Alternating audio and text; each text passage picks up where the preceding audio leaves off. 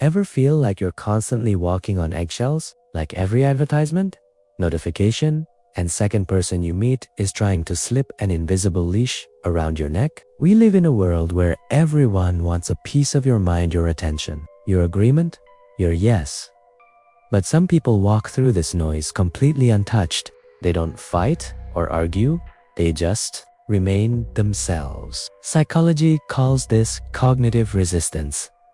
It's the mental muscle that keeps your brain your own. If you've ever felt like you don't fit into the neat little box our society builds, you might be one of them. Let's look at the signs.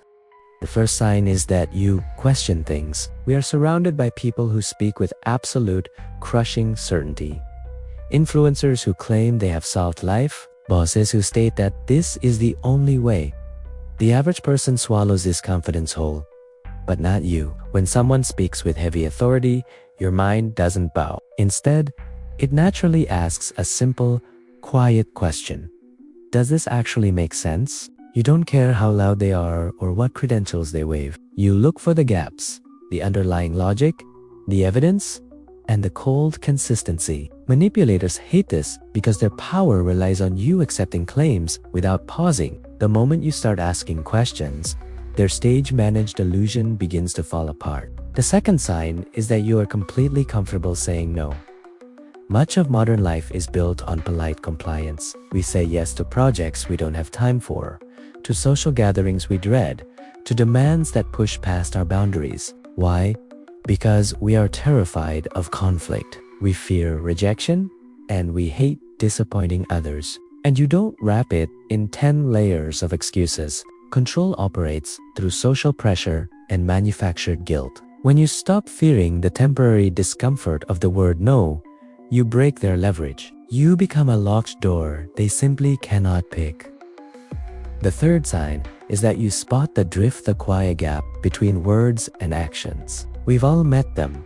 The partner who promises the world but leaves you empty-handed, or the colleague whose words are coated in honey but whose actions leave a trail of cold indifference. Most people want to believe the beautiful lie, so they overlook the contradictions. They make excuses. You don't listen to the speech, you watch the feet. You notice when the math doesn't add up, when someone's words say, "I care," but their behavior says you are convenient. You don't rationalize it. You register the inconsistency, and that awareness becomes your internal early warning system. You stop investing in empty promises.